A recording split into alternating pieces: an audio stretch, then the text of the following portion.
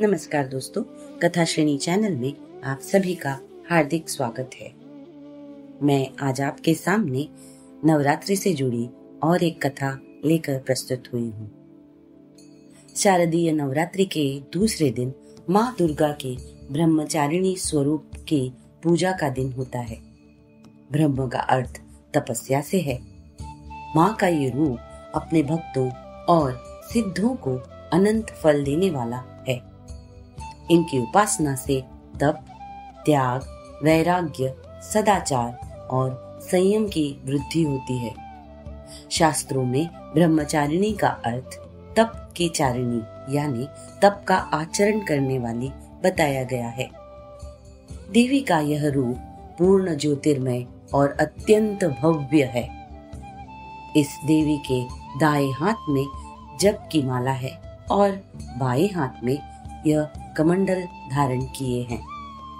चलिए जानते हैं इनकी कथा के बारे में। मान्यता है कि पूर्व जन्म में इस देवी ने हिमालय के घर पुत्री के रूप में जन्म लिया था और नारद जी के उपदेश से भगवान शंकर को पति रूप में प्राप्त करने के लिए घोर तपस्या की थी।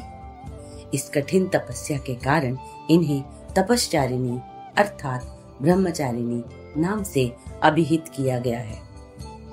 1000 वर्ष तक इन्होंने केवल फल फूल खाकर बिताए और 100 वर्षों तक केवल जमीन पर रहकर शाक पर निर्वाह किया।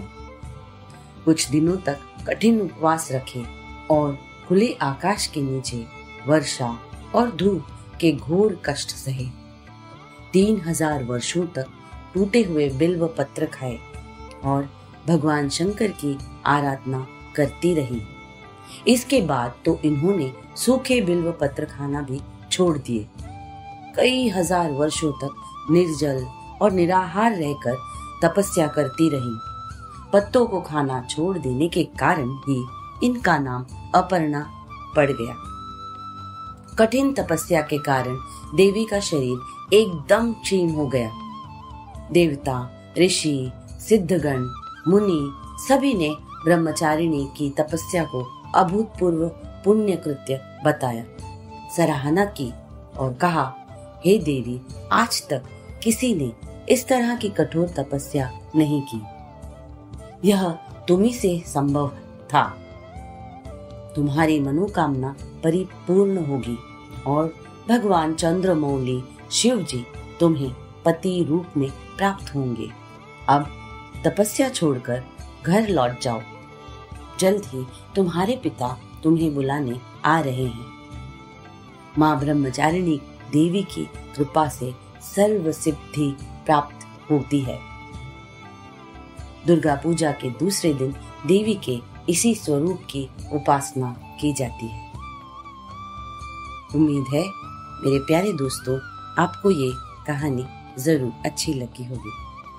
कृपया कर हमारे चैनल को सब्सक्राइब करें, कहानी को लाइक करें, शेयर करें और कमेंट करें। अपना ख्याल रखें। अगली कहानी लेकर मैं तुरंत प्रस्तुत होंगी। तब तक के लिए धन्यवाद।